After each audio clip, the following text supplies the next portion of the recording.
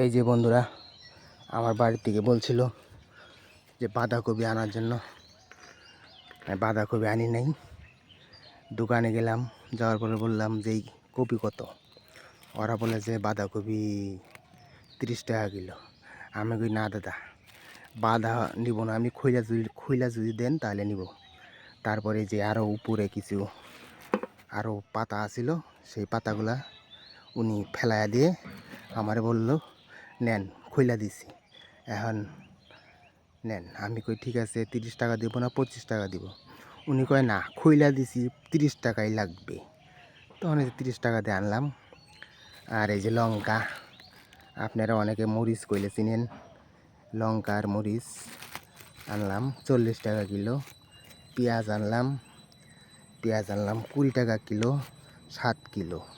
এখন আমি যাচ্ছি বাড়ির দিকে।